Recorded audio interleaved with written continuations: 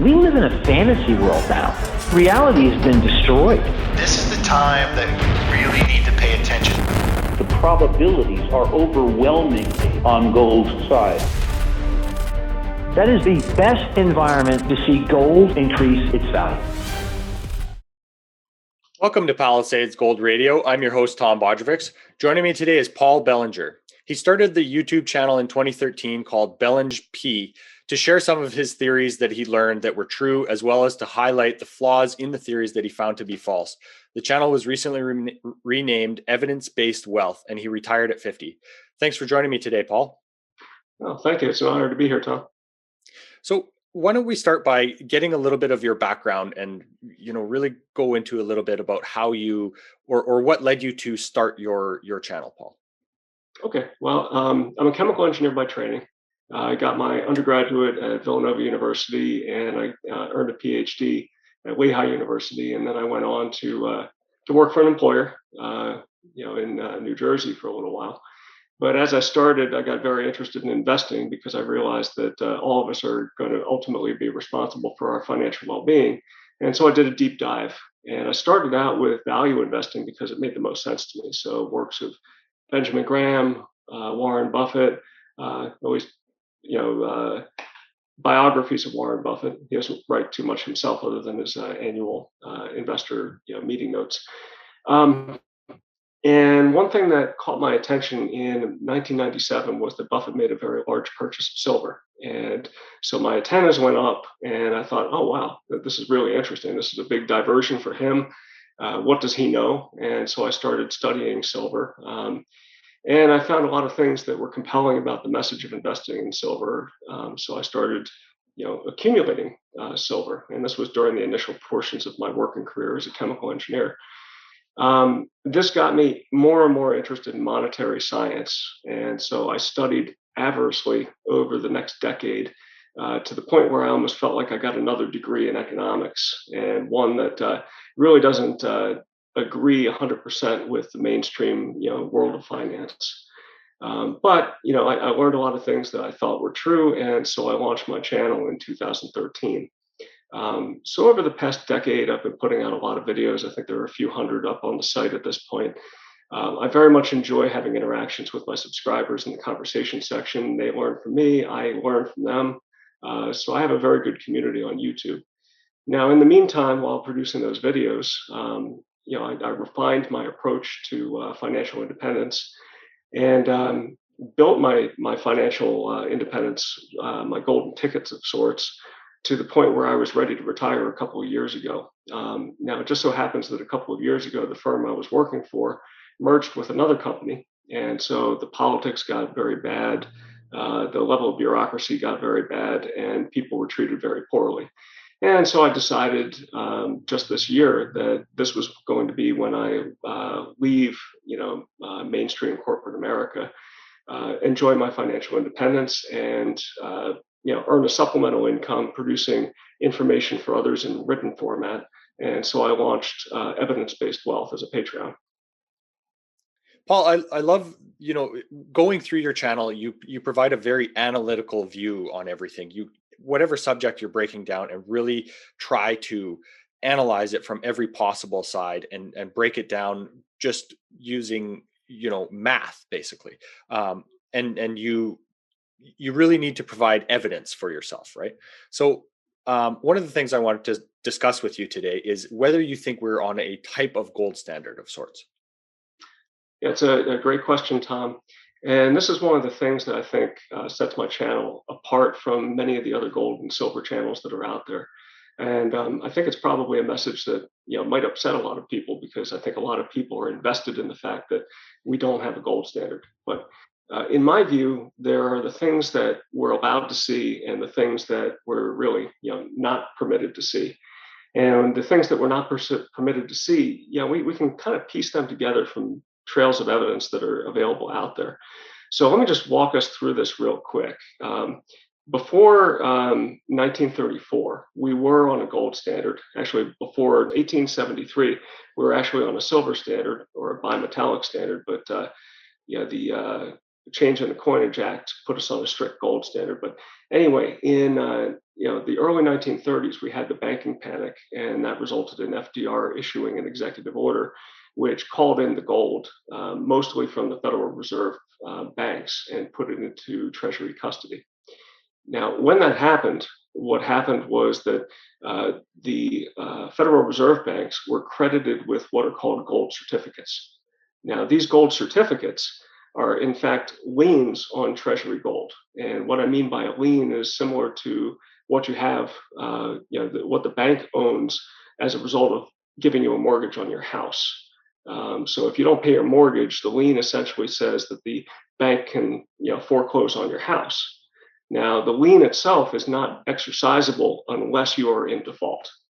And the same is true for the gold certificates. They cannot be exercised at the discretion of the Federal Reserve. Okay, they can only be exercised at the discretion of the Secretary of the Treasury. But regardless, they do have value because they do encumber the gold that's in the US Treasury. Now, after 1934, we were on the Bretton Woods system, which a lot of people also view as a gold standard because the money was still defined as a certain amount of gold backing each Federal Reserve note. And in the 1960s, as Johnson was exercising his guns and butter programs, what we saw was that the Treasury gold was being drained, and France in particular was leading the charge. And we were getting to a point where it looked like we were going to be completely drained of gold. And so Nixon, in August of 1971, issued an executive order and closed the gold window. So he stopped the convertibility of the foreign-held Federal Reserve notes for gold. Now, where does that leave us? Where that leaves us is that we still have these gold certificates sitting on the balance sheet of the Federal Reserve. And they do have value and they do encumber the gold. And I'd like to go through a couple of slides to basically make it clear why I think that we are still on a gold standard. So I'm going to share my screen right now. Okay. So this shows how you really care about the currency in circulation, right? Yeah, well, I mean, this makes a particular point that will lead into that. Mm-hmm. So right here, what we can see is a screenshot taken from the Federal Reserve System of the amount of different denominations of US currency that are in circulation. Okay, so one thing that you need to know is that the currency in circulation it's not created by the Federal Reserve. The Federal Reserve banks can request that physical currency be printed, but it's only the Bureau of Engraving and Printing of the US Treasury that can actually print these notes.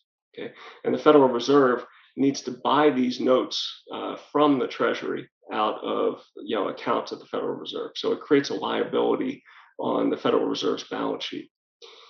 So here we're seeing 5 years. It only goes up to 2018 because when I made the video, that's the data that was available.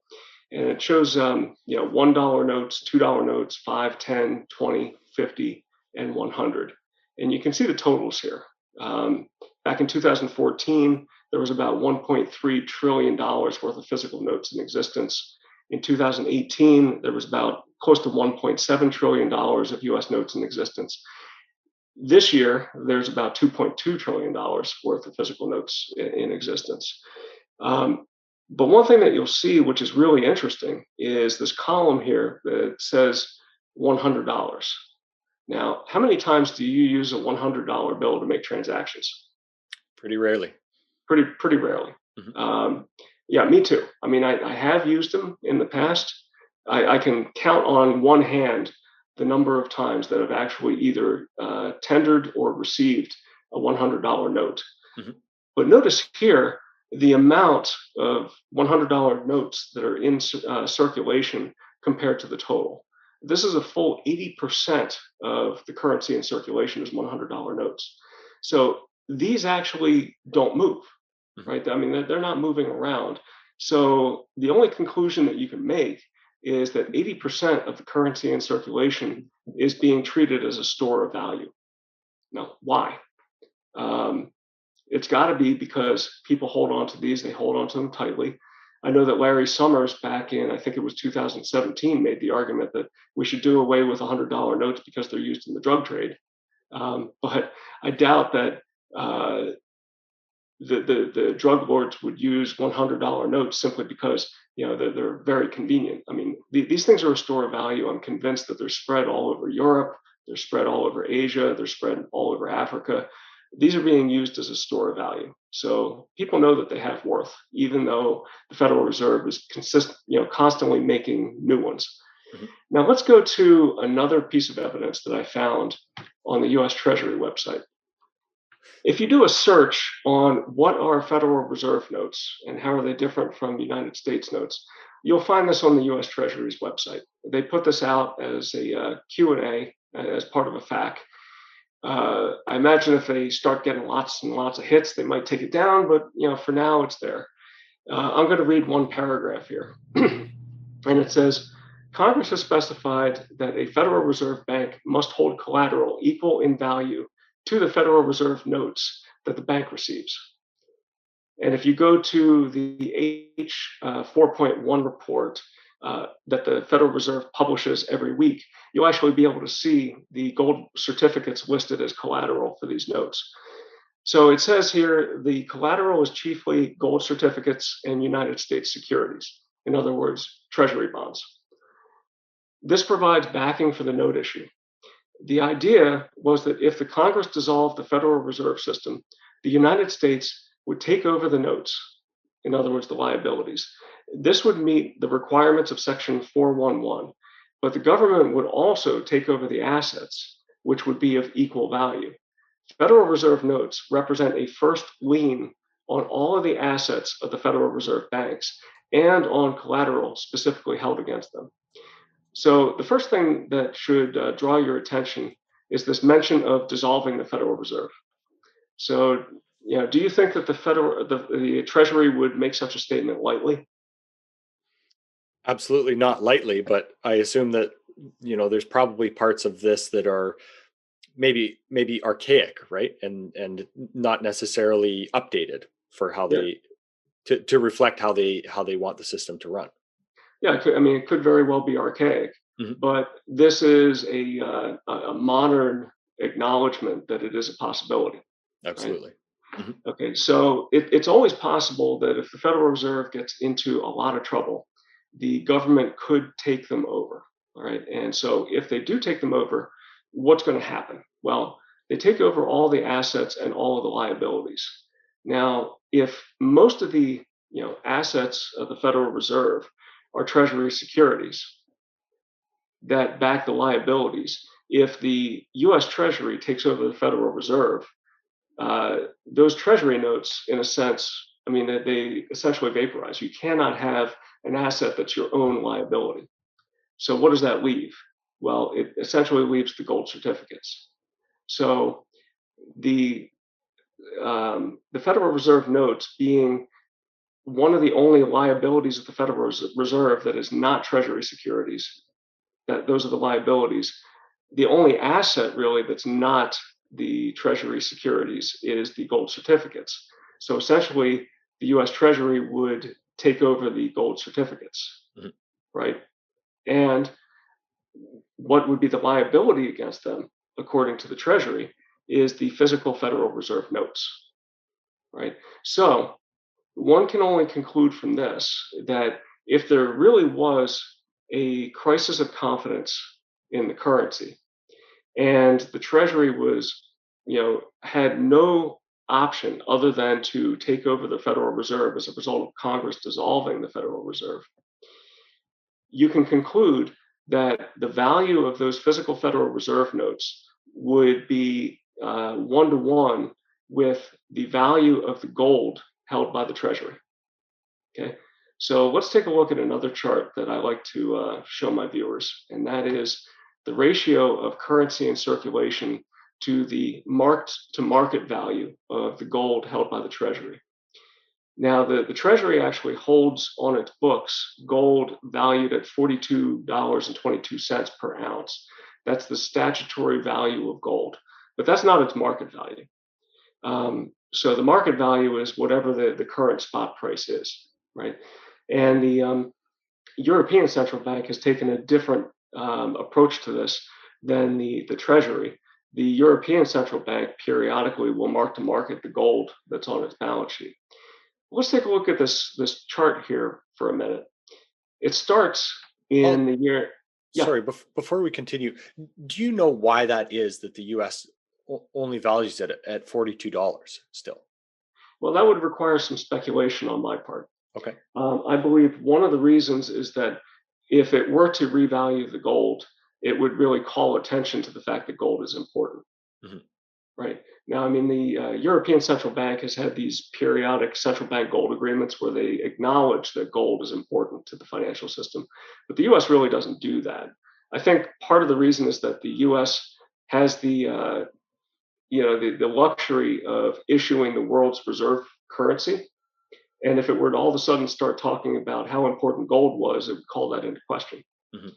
Um, so that's just speculation on my part. Okay. So going to the chart, if we start in 1971, you'll notice that the ratio of the currency in circulation at that time to the amount of gold that was held in the Treasury, and I think that the gold at this time was a little bit more than 260 million ounces. I mean, it's 261.6 million ounces now. They had a little bit more back in 1971, but it's been largely consistent over the past 5 decades or so. So it started at about somewhere between 5 and 6. All right. So this corresponds to maybe 16% coverage. So let's see, if we were to take 5 here, that would mean we'd have a 20% coverage of currency in circulation by gold. So it was somewhat less than that. Mhm. Now, over the ensuing decade, you'll notice that this ratio went down, and it went down and it hit the magic 1 number in 1980, which was the height of the 1970s currency crisis. So it was at this point where, if Congress actually did dissolve the Federal Reserve and take over all of its liabilities and assets, it could back the currency 1 to 1 with the gold that it had within its vaults. Okay, so I think that this is not just coincidence. I think that if things had proceeded past 1980 the way that they had proceeded in the 1970s before Paul Volcker started jacking up interest rates, I believe that what would have happened would have been that the currency, this ratio probably would have stayed at about 1, but the price of the gold would have continuously increased as the Federal Reserve requested more currency be printed by the Department of Engraving and Printing. Okay, so fast forward. Volcker basically broke the back of the inflation that was happening in the 1970s. He jacked up interest rates to the mid-teens, to the upper teens. And then we started seeing things turn around. So I think it was in 1982, the stock market started rebounding. The economy started getting healthier. Interest rates started coming down. The rate of inflation started coming down. And people got more and more confident. Okay, and as they got more confident, their trust in the U.S. government to meet its obligations without, currency printing increased. And you notice that the ratio increased and increased and increased until we got to a point where it was close to 9. Okay. Paul, I just want to make a distinction here. This is physical currency in existence, right? Not deposits, correct? This is physical currency in existence. The reason being is that the Treasury said that the physical Federal Reserve notes are the first lien against the assets. Okay? They didn't say anything about deposits. And I believe the reason for that is that the deposits are payable in the physical currency. Mm-hmm. So the deposits are basically just loans of the currency. It's the currency itself that has the lien against the gold. And could you say in a way that the deposits are the digital representation of that currency? Exactly. Deposits are the digital representation. Because of the fractional reserve system, there's obviously a lot more M2 than there is currency in circulation. Mm. And so there's a possibility that, those loans just default, right? But the physical notes, they're going to be there. Right. Okay. So over time, you can see that this ratio increased to the point where it got pretty close to 9. So at this point in time, there were actually like 9 notes for every ounce in the Treasury vaults, for 9 notes for every for what the market price of the gold said was there in the Treasury. So, in other words, if the Congress were to dissolve the Federal Reserve in 2001, then every owner of a physical Federal Reserve note would get basically 1/9 of what they would think that they'd be entitled to. Mhm. Okay? And we all know what happened after 2001, right? The stock market started going haywire. We ended up with the financial crisis of 2008, 2009. And so the ratio started coming down as trust eroded in the ability of the US government to fulfill its claims. Now, we reached a relative minimum in the year 2011. I believe it was late in the year 2011, where we were at about a 2.4 level.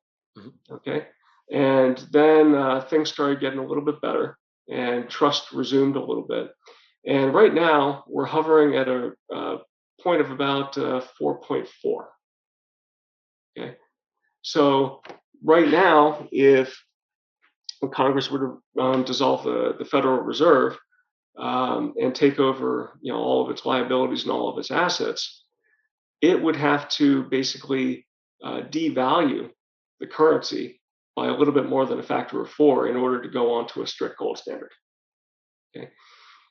Now, right in the middle of this chart is a line at 3.82. This just happens to be the average over the past 5 decades.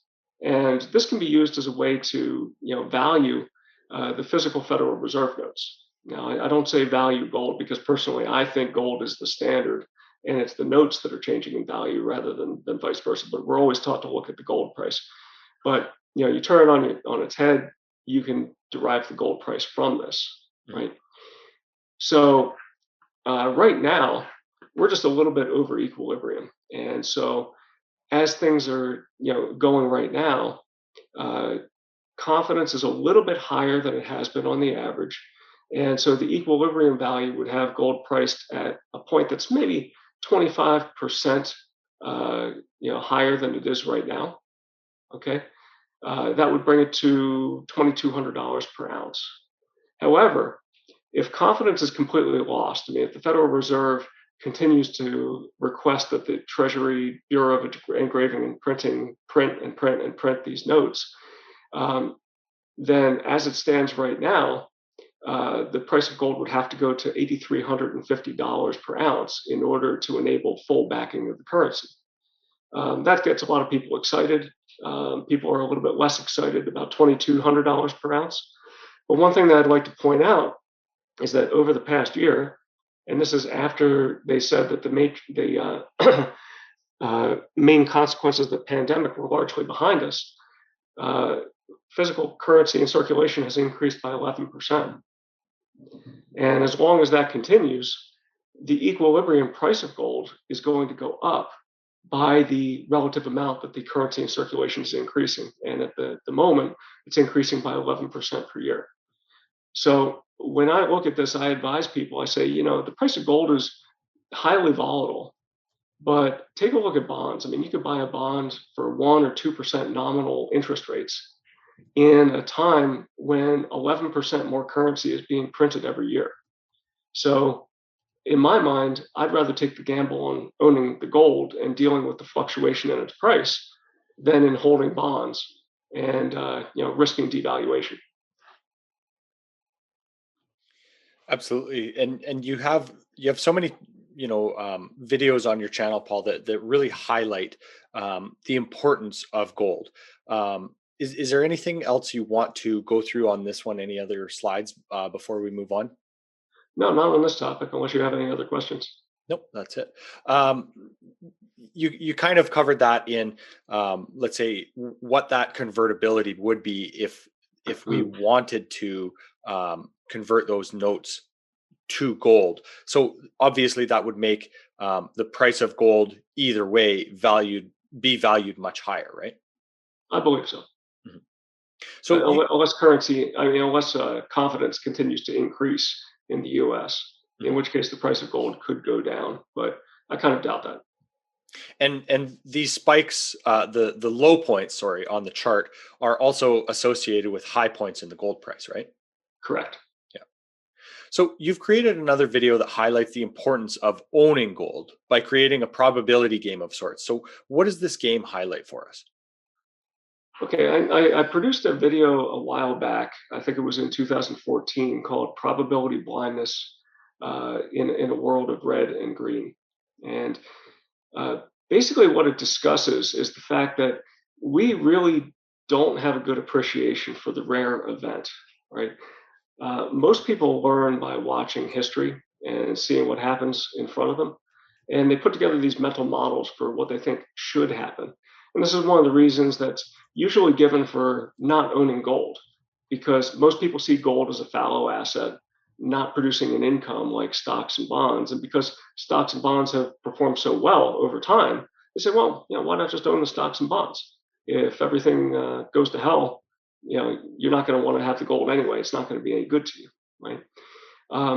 So, in the fashion of Nassim Taleb, who does a much better job at explaining these rare events than I do, I put together this little game to illustrate basically the main lesson.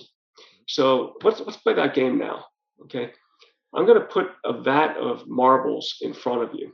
Okay, and you can't see the marbles, but I'm going to tell you. Okay, there's a lot of green marbles in here and a lot of red marbles in here. I'm not going to tell you the relative proportion of each. I'm just going to say, hey, they're there.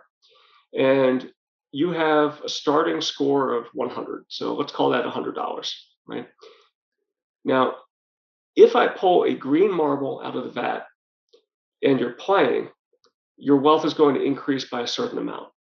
If I pull a red marble out of the vat and you're playing, you're going to lose a certain amount of your wealth. But if you sit in the parking lot, that's essentially all of your wealth is off the table. Okay, it's safe. You're not going to be subject to the game. You can just watch other people play, and you can learn as you observe this game. So, given what you know, would you play this game? I don't know yet. We'll put it that way. Okay. So let's say that you sit in the parking lot and you watch somebody else playing the game, right? And so round one, you notice that I pull out a green marble, okay? And so far you've noticed that 100% of all of the marbles that you've seen me take out are green, okay? And the player's score was increased by 1.1%. Mhm. Okay, so it's a favorable outcome. So far, no red marbles have been pulled. So, do you know enough to say whether or not you want to play this game? No, Right. It's not like yet. observing somebody winning the lottery and saying, "Oh, that guarantees that I should be playing the lottery," right? Mhm. So let's say that you start watching more rounds of the game. So let's go to round two. Okay. Round two comes up, and now I pull a red marble out. And you observe that the person who was playing uh, basically lost 1% of the wealth that they had on the table. Okay. And so far, half of the marbles that I've pulled out are green, half of the marbles that I've pulled out are red.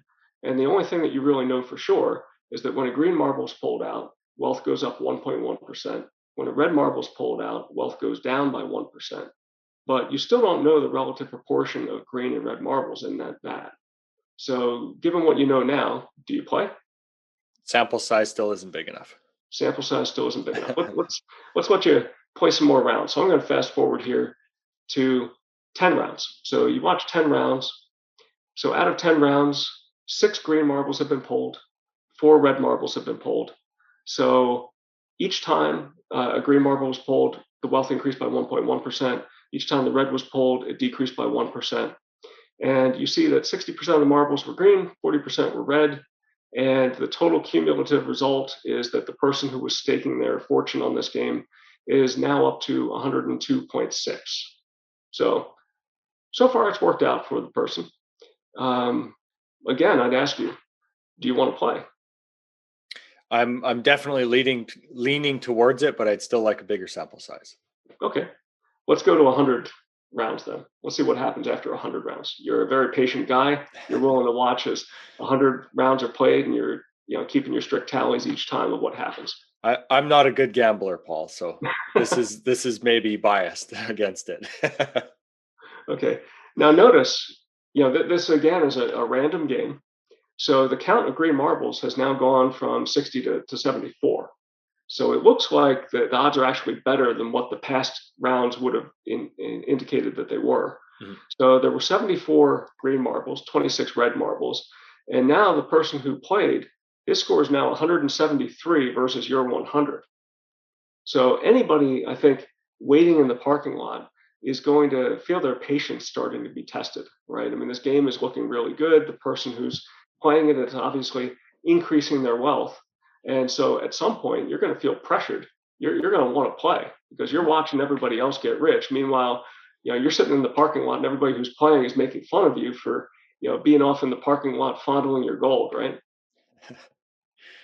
So I before feel that my patience has not been rewarded in this case after seeing 100 rounds. Okay, so let's say that you decide to play, but before we move on and play your rounds, let me just illustrate something for your viewers, and that is the odds that I picked here for this green and red game were essentially the same as the odds of being in the bond market. Mhm. So this goes for 300 rounds. What I did was I took the recent historic return of the bond market leading up to 2014, and this is shown in white. And I overlaid the result of this random game where it was just a binary outcome, red or green, and we had fixed outcomes. Now notice how similar these curves are, right? The ultimate rate of return is about the same. The volatility is about the same. And if you were to put the marble game chart in front of somebody, they might actually think that this was generated from a real market, Mhm. right? When in fact, it was only Absolutely. generated by this marble game that I made up, Mhm. right? Paul, if just as an aside here, what, let's say, time period would each marble represent? Oh, this would be a month. Okay, perfect. Okay. So let's move on to show that this can also be done for the stock market. Okay. So I put together a marble game that was very similar for the stock market. Now, this isn't the game that you're playing. You're just playing the bond market. Mhm. In this case, I put 65% of green marbles in the vat with a 3.3% payoff each, and 35% red marbles in with a 3.7% loss each time. Mhm. So the expected return is 0.8% per play or 0.8% per month in the case of the stock market, Mhm. right? Now, I would have to actually do a lot of random generation exercises to get, my marble game to look exactly the same as this white curve representing the stock market leading up to the year 2014. Mhm. I didn't have the patience for that. So, I played a few times and this one looks reasonably close. You'll notice that ultimately the total return was the same. A person who played for 300 months got the same result, and the volatility, was fairly similar. Mhm. It still has lots of ups and downs, lots of long-term ups and downs too. In fact, you might even take a look at this game and say, oh, from 100 to 150, I would have been in that game, because my technical analysis says, yeah, this is a favorable trend. I want to play this game. Mhm. But as you and I both know, this was a marble game generating this outcome, right? So the question I guess I'd ask your readers is the stock market a random number generator?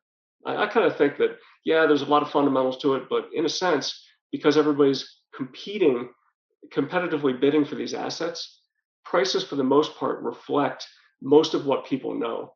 Mhm. And so the movements in the stock market result largely from the things that have yet to come that people don't know and probably can't predict.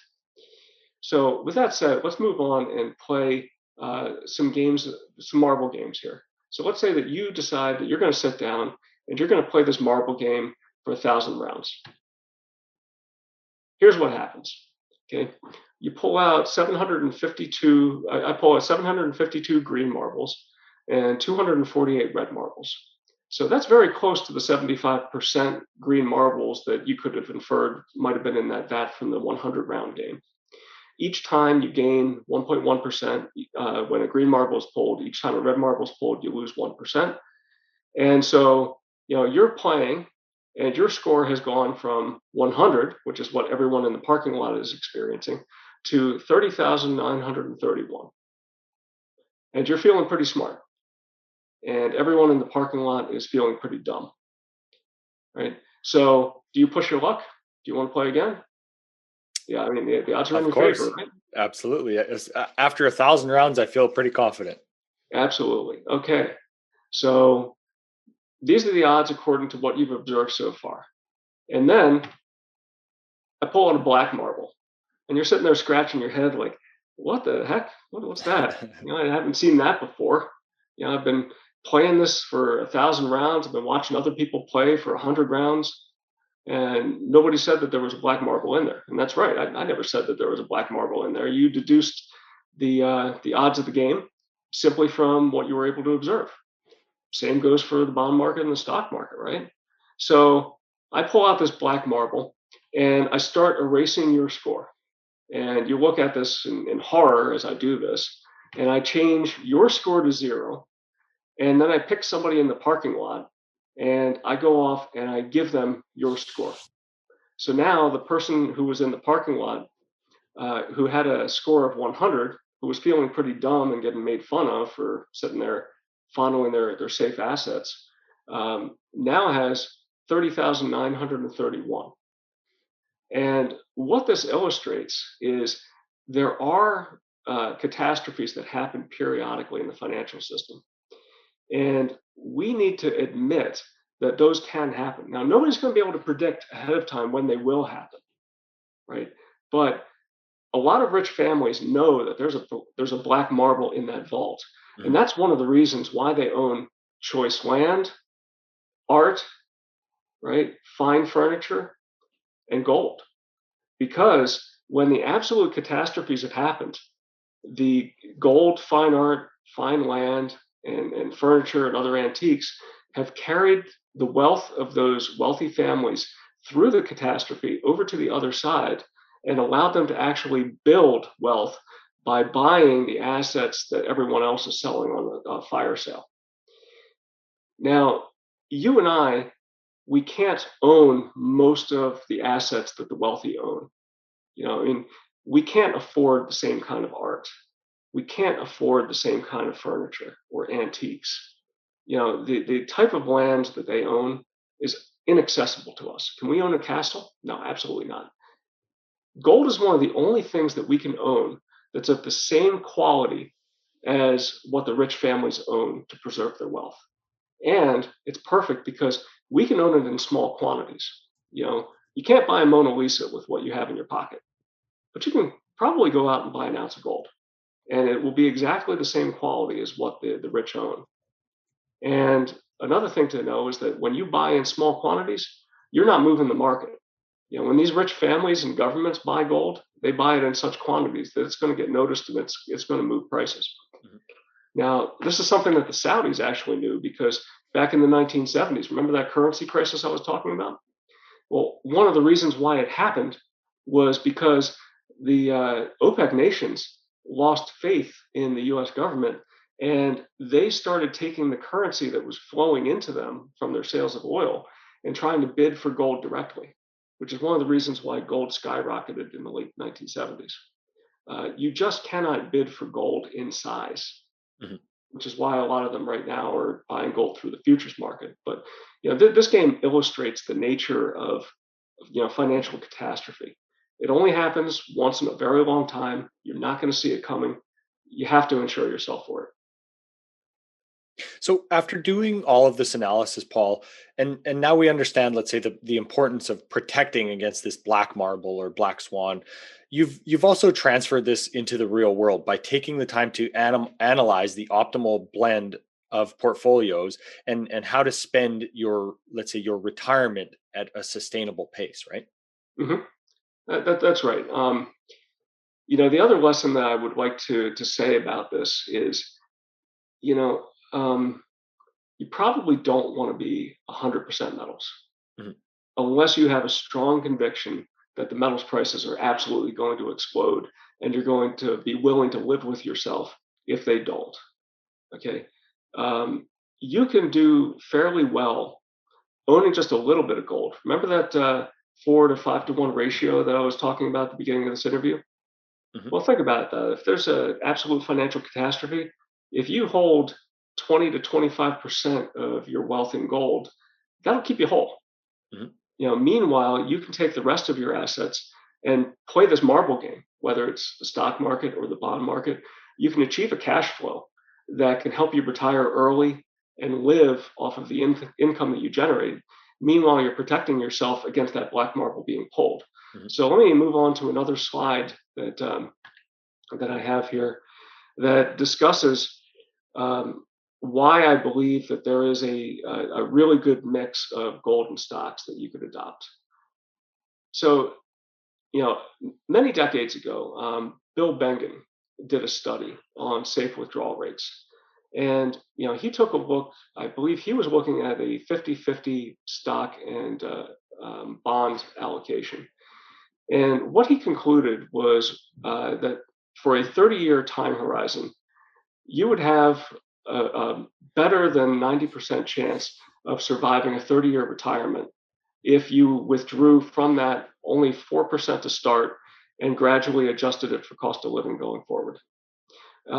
Trinity College did another study several years after where they had concluded that, yes, in fact, Bengen is correct, but they had also taken a look at different holding periods and different allocations. Now, I took a very, very careful look at that.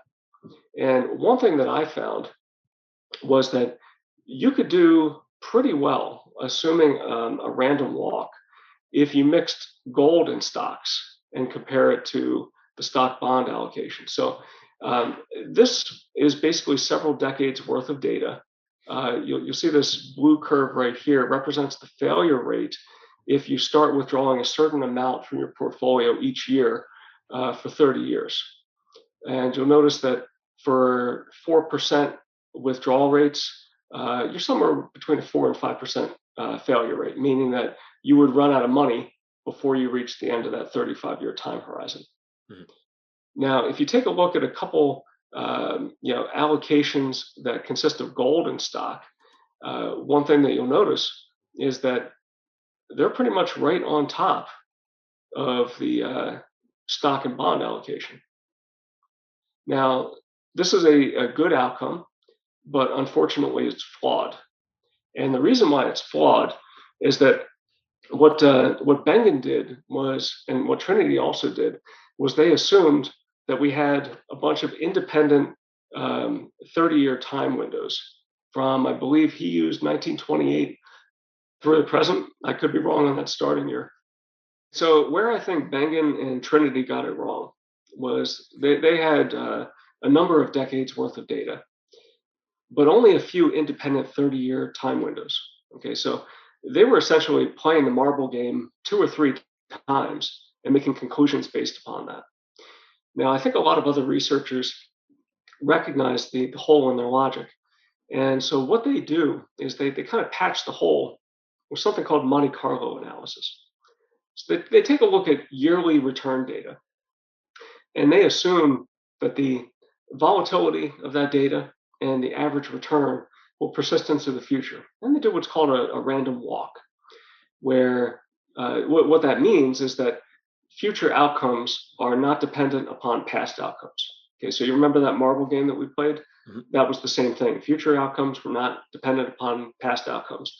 If I had drawn marbles from that vat and not replaced them, then future outcomes would have been dependent upon past outcomes. But anyway, that's just a technicality. So I think they got it wrong. And the reason why they got it wrong is because if I were to take a look at 1 year time chunks, let me go to my next slide here. Okay, so where the Monte Carlo analysis is flawed is that it's assuming that all future outcomes are independent of past outcomes. And one thing that I've done in my work is that I've noticed that when you take a look at the correlation of paper asset returns, namely bond returns, and stock returns, correlation actually grows the longer you hold them. Now, conversely, if you take a look at gold versus stocks and bonds, the longer you hold a mix of gold and stocks or a mix of gold with bonds, the more they tend to be anti-correlated. So with the correlation changing over time, that negates the validity of Monte Carlo. And I believe that this is a major finding and one that I've published in my videos. Maybe I'll make a book on it. I think I might. Anyway, let's go on to my next slide. Okay. So now let's take a look at risk versus return from 1971 through the year 2020. I'm picking the year 1971, not because it's going to favor gold, but because it is, I believe, the only point in time where afterwards we have consistent financial data. Because remember, in 1971, Nixon completely changed the definition of the currency, and thus he completely changed the definition of bonds. Before 1971, bonds and currencies were kind of a proxy for gold. And so mixing data before 1971 and data after 1971, I think personally is pretty dangerous. And if we start with 1971, we get the longest string of potential data that we can learn from in modern history. Okay. So what I'm showing right here is on the x-axis, I'm using as variability a deviation around a trend line return. Now, what the heck do I mean by that? What I mean is that if I were to start precisely at 1971 and calculate returns out to 2020, I would get one result. If I started with 1974, I would get a completely different result. Now, to alleviate the problem of that time dependence, what I did was I took a look at the logarithm of the data and fit a line to it so that I could calculate the average or the average geometric rate of return over a particular time period that would be largely independent of starting time and ending time. Because I am sensitive to the start time being 1971. Now, the deviation around it means that if I have that model and I see the actual returns, they're going to vary around that. So the distance that actual return ends up being from the model gives me an idea of how predictable the asset mix is going to be over time in terms of return. So this x-axis is really the predictability of the returns that you would get from a mix of assets. Right? Now, on the vertical axis here, I have the calculated annual real return. Now, this real return is adjusted for CPI reported price escalation. And you'll notice that I have many, many curves here. And this is for different mixes of stocks, bonds, and gold. This blue dashed line is the familiar one that we all see, where we have 100% stocks giving us the highest level of risk, that is the distance on the probability of failure, with the highest rate of return, here close to 7% on average. As we add 10% increment in bonds, you'll notice that the predictability gets better, right? But the return obviously gets worse, right? And so most people would say that, yeah, you probably want to be right around here. This is the traditional 10, 20, 30, 40% bond, 60% stock portfolio. And this gives you a predictability, that is the deviation around the trend line of about 5%, and an average annual rate of return on an inflation-adjusted basis of 6%. Now look what happens when we add gold, right? Here's one of my favorite portfolios right here. This is what happens if you have 35% gold and 65% stock. Now notice, you get very similar returns to the 60-40 portfolio that everybody likes, but it's a heck of a lot more predictable, right? So the conclusions that we can draw about the safe withdrawal rate would tell you that you could probably withdraw a lot more from a stock and gold portfolio and be comfortable doing that because you have better predictability of the future.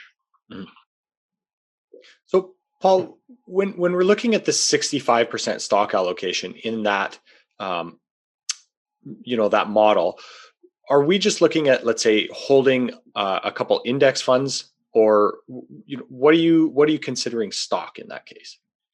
This is just the S&P 500 index. Okay, perfect. So And then plain vanilla. and we're looking at physical gold. Physical gold. Yep. Okay. Of course, I am eliminating taxes, right? I'm eliminating transaction costs for gold and for stock. I mean, they're there. Mhm. But everybody's situation is different, so it's impossible to include those, right? Yeah. Okay. So let me move on to my next slide. And you can see practically what this does for you, or what it could have done for you from 19, in this case I started in 1968, but you can see that you could have started in 1971 and got the same result anyway. It says, okay, if you start with 100 units of wealth in 1971 and you were to adopt different mixes of either bond and stock or just stock or gold and stock, here are the trends that you can see. Now, this black curve right here is just pure stocks. You can see that we had the disastrous decade of the 1970s. We again had a pretty bad decade from 2000 to 2010. We had a couple really good decades from 1980 to 2000. So the person who chose to put their wealth in stock did really well then. And for the past 10 years, stockholders did pretty well also, right? But they're not going to know ahead of time when the best time to be in stocks is. It's very, very difficult, right? Now, the chicken-hearted of us might say, okay, well, let's put our money into bonds, right? You know how much you're getting back when you hold a bond to maturity. Let's see what happened with the bondholders here, right? So here we had, again, a disastrous decade in the 1980s, right? The person lost wealth.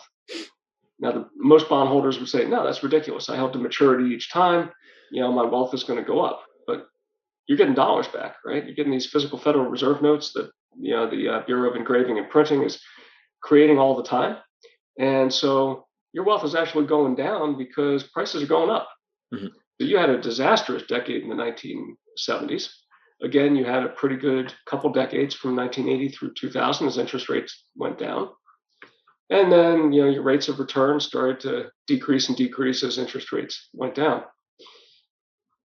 So how are you going to feel as a person who retires in 1971 if you own a 40% bond, 60% stock portfolio? Well, let's take a look at the trace. Both stocks and bonds had a pretty bad bad decade, even though overall nominally they did okay, but you still lost wealth each and every year the longer you held, and in the meantime you're withdrawing from your portfolio. You're going to be feeling pretty bad by 1980, and you're not going to have the same standard of living as you did heading into retirement. Well, what happens if a person were to hold pure gold? Well, they had a great time in the 1970s, right? I mean, they were living large, they were bragging, they felt pretty good. And then the 1980s and 1990s came along, and gold didn't do so well, right? And then we had a very good decade in 2000 to 2010, and not such a great decade, mainly because of what happened from 2011 to 2015 over the past decade, right? But notice that the decades that financial assets did poorly in, gold did pretty well in. So this would suggest, again, that we just mix, a little bit of gold. In this case, 35% is what I picked, with 65% stock. Let's see how that did. And that's the blue trace right here. And you'll see that consistently, you're doing pretty well, decade after decade, right? It's fairly consistent, and it's that predictability that I think is so important. I mean, you did just as well as stocks over 5 decades. You had some decades where you did worse than stocks, right? Like in the 1980s and 90s. You had some decades where you did worse than gold, but overall, you were pretty successful in each and every decade. And that variability is very important to somebody who's living off of their income. So it's just this negative correlation that ends up working so well between gold and the stock, right? That's right. And it's a negative correlation that grows. And let Mhm. me go to that. Okay. Okay. Um, for the sake of time, I'm just going to skip this chart and let's go to this chart right here. So here's the correlation coefficient. Now, let me, for the sake of your viewers, tell them what a correlation coefficient is. Okay. If the correlation coefficient is 100 on the positive side, it means that moves in one asset perfectly correlate with moves in another asset. It doesn't mean that they have to move to the same amount, but they always have to move in the same relative amount and in the same direction. Right. If the correlation coefficient is 100% to the negative, it means that they're perfectly anti-correlated, meaning that they're always going to move in opposite directions. Now, does having a negative correlation coefficient mean that if you hold an equal amount of each asset, you're going to have a zero return? And the answer is no, right? If gold always has, an average constant positive return, and stocks always have a constant positive return, then holding a blend of them simply means that over time, you should always have a positive return. What it what it means with a negative correlation is that when stocks are doing better than their average, gold will be doing worse than its average. And when stocks are doing worse than their average, gold will be doing better than its average. So the one tends to correct for deficiencies in the other. Right. So as a consequence, you're always going to feel a little bit good and a little bit bad by holding a mix. Right. Now, if we look at single months worth of holding time, you'll notice if we look at stocks and bonds, they have a correlation coefficient, at least over the time period that I looked at, of between 30 and 40%, meaning that they're not very correlated, but they're still somewhat correlated. And this is what modern finance uses as the justification for holding a blend of bonds with your stocks. It reduces volatility. Gold, when we take a look at them compared to both bonds and stocks, have almost a 0 degree of correlation, meaning, if stocks or bonds move in one direction, you have absolutely no idea what gold's going to do on a month to month basis. And I think that's fair. Yep. But now, if you hold them without rebalancing over, let's say, a longer period of time, notice what happens. The correlation coefficient between bonds and stocks actually grows. So what this tells you is that if you hold a mix of bonds and stocks, you better be rebalancing all the time. The more frequently you do it, the better. And if you don't, if you let it ride for, let's say, 5 years and then come back to it, then if bonds do poorly, chances are your stocks did poorly too, and it's going to result in you suffering. On the other hand, if you take a look at gold, if you hold a pile of gold separate from your stocks and you hold it for, let's say, 5 years, notice that the degree of anti-correlation grows, right? Out of 5 years, the degree of anti-correlation between stocks and gold is, much better than 50%. It's like approaching 70%. And between gold and bonds is about minus 50%. And as you get out to 6 years to 8 years, the correlation coefficient between gold and stocks drops to negative 80%, and that's pretty powerful. And what this tells you is that if you gradually rebalance, and don't like rebalance every month, rebalance every year, but maybe do a partial rebalance every year, you're going to do pretty well with that 35% gold, 65% stock portfolio, as the data would suggest.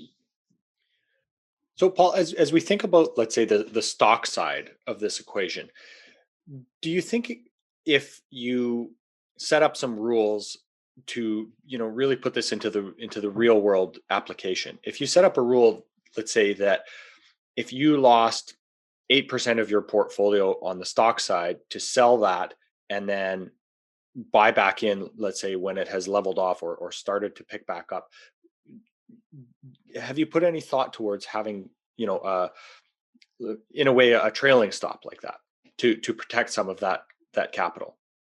Well, kind of. In the hypothetical world where costs don't matter and taxes don't matter, Mhm. it looks like the optimum, at least from what I could tell, is to rebalance a third of the way every year. That seems to be about the optimum. So if you have a bad year in stocks, you might calculate what your target is and move a third of the way there at the end of each year. Mhm. And theoretically, that's great. Practically, it sucks. I mean, Yeah. it's just it's bad. And the reason is that it requires very large transactions. And once your wealth grows beyond a certain point, a lot of your wealth is going to be eaten in transaction costs and taxes, Mhm. right? Especially if your preference is for physical metals, because there is a spread for both metals. I mean, it used to be that you could pay a spread of 3 or 4% for a gold eagle. It's much higher now, but those spreads are important. And I do recommend that people report their taxes because you don't want the IRS against you. Um, Now let's move into the real world where costs matter and taxes matter. Most of us are going to be in one or two phases in our lives. Either we're going to be accumulating assets or we're going to be living off of those assets, Mhm. which means that we're constantly making adjustments anyway, right? We're constantly either putting money in or withdrawing it. So if your goal is to make a slow rebalance, the most practical way to do that is when you have new money, put it in the asset that's below its target. As you're distributing your funds and living off of it in retirement, when you have to sell something, sell the asset that's above its target, Mhm. and that will accomplish your gradual reallocation. Mhm. So a great way of thinking about this model is just that it takes out the complicated nature of looking at this stuff, let's say every day, worrying about it every day, and instead it's like in a way it's a set and forget, simpler way of analyzing how these markets behave, and in a way hedging for these black marble events, so that you have a consistent nest egg, if you want to call it that, at the end of the day. That's right. That's right. And thinking about this chart a little bit further, one can quickly conclude that if the correlation actually grows over time, or I'm sorry, the negative correlation grows over time, Mhm. you don't want to be constantly rebalancing. I Yeah. mean, stocks. If you take a look at stocks relative to gold, if they have a couple good years, chances are they're going to continue to have a few more good years. If they have a couple bad years, chances are they're going to have another few bad years. So if you're rebalancing every year, you're sacrificing your gold or sacrificing your stocks unnecessarily, Mhm. right? The idea is to wait for it to play out a little bit more and only rebalance gradually. And that will benefit you not only mathematically, but it'll also reduce your costs and your taxes. Mhm. Perfect. Is there anything else on for these slides that you want to go through, Paul? No, I don't think so. We've been going for a while. I Yeah. think it probably exhausted many of your subscribers' patience. Well, we want to be sensitive to attention spans, and I really appreciate your time and you being able to share this with our audience, Paul.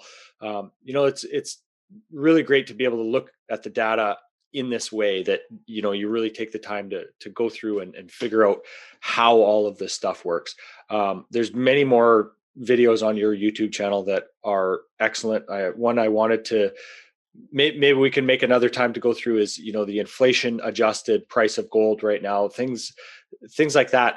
Even the way that it makes up for the money in circulation. There's all kinds of videos like that you have.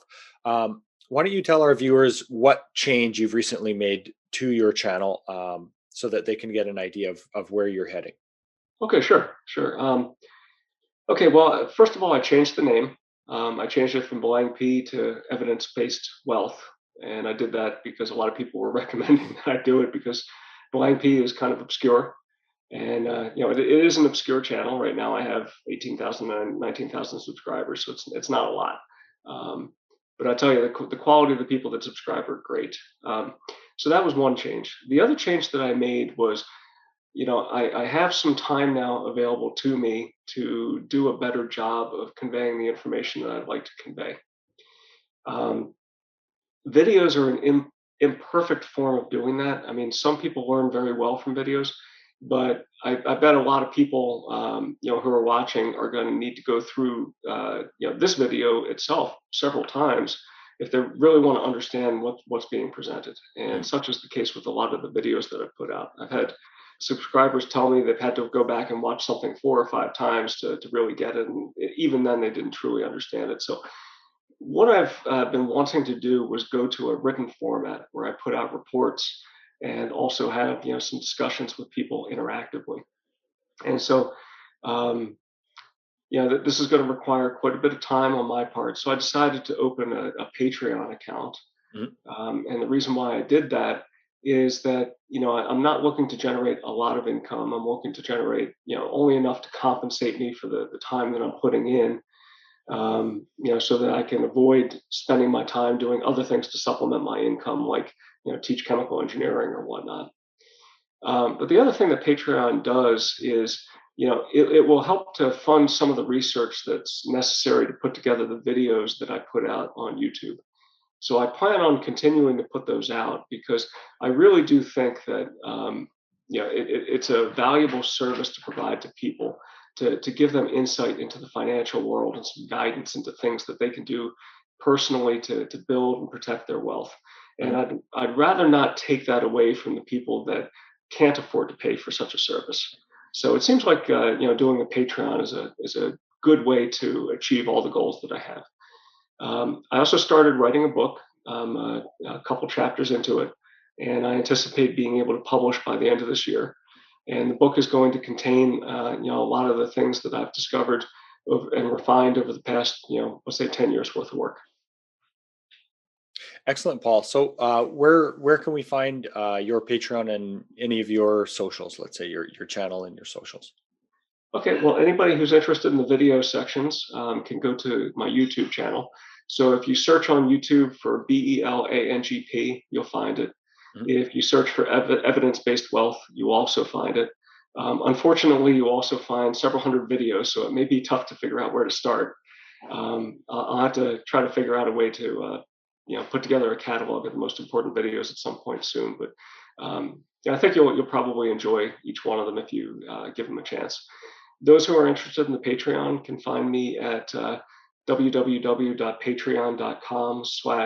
www.patreon.com/BELANGP. So I've posted the first chapter of my book up there for the public, and I'm working on the first article that I'm going to release. One thing that I'd encourage people to be a little bit careful of, I found out that Patreon has a month-to-month billing cycle that's the first for everybody. So if you sign up late in the month, chances are you're going to get billed twice. So if you're going to sign up, maybe wait until early in the month. Mhm. But for this month, I turned off the billing for August the 1st. So anybody who's signing up late in July isn't going to get billed twice this time around. Excellent. Uh, you also have a Twitter that you're not too active on, right, Paul? Not really, not really. I was playing around with it some. I wasn't even able to get BELANGP. Somebody else got it. So there I'm BELANGP1. Okay, But I'm not really tweeting on a regular basis. perfect. All right, Paul. Well, we really appreciate your time and the info that you shared with us today. Thanks so much.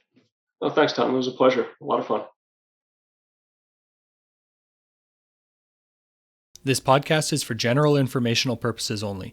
Nothing on this podcast should be taken as investment advice. Guests on this show are not compensated for their appearance. Listeners are urged to educate themselves and make their own decisions. Do not base any investment decisions on the information contained. To view our full disclaimer, please visit our website.